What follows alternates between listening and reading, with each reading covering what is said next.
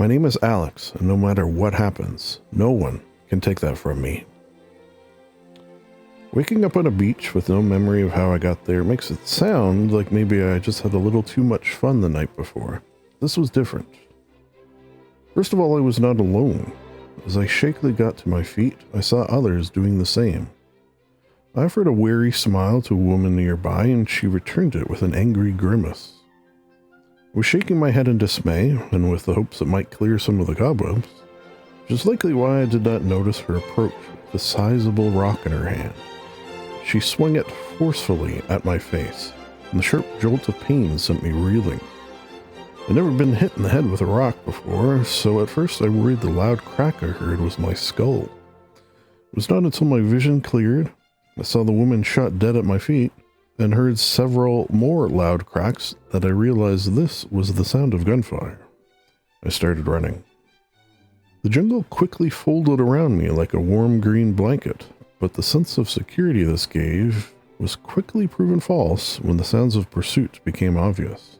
I do not know how long I ran before the continual beating and scraping of the dense jungle flora against my bare skin made me realize I was in fact basically naked.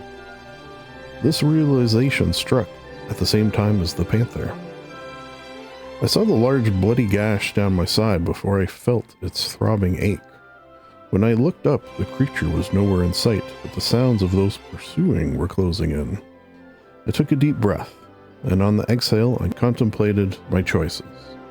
I could give up, or I could fight on. The scariest part of this breath was that I honestly did not know which choice I was going to make. It was only when I heard a muffled voice from a nearby stone structure that I found the choice had been made for me. Psst, hey you, over here, quick, before the spawn killers get here. The figure gestured towards the door of what I would learn was their modest home. I only hesitated a moment as the imposing figure was clad in what would perhaps generously be called a hazmat suit, but one that had clearly seen better days. It appeared to be a Frankenstein's monster-like amalgam of many suits all sewn together. Once inside, he closed one door, then another, and when I collapsed onto a sleeping bag next to a workbench of some sort, he quickly removed the darkly mirrored mask and hood and then put his fingers to his sizable lips. I stifled a groan, but obeyed as I too heard my pursuers rushing by. Long moments passed as we huddled in silence, which gave me an opportunity to study this face of my savior and soon-to-be mentor. The almost cherubic face and deep laugh lines gave the impression of someone who had led a happy life. The slightly gaunt cheeks, combined with the dark circles in her set of bright blue eyes that were now darting back and forth in fear, gave another impression altogether. We waited for what to me seemed like a long time, only the sound of fire and crackling furnace to keep us company. Eventually, I saw the shoulders slump and tension leave this striking individual before me.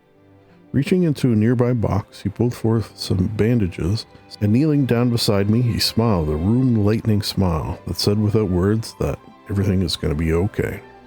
My name is Boris. I passed out.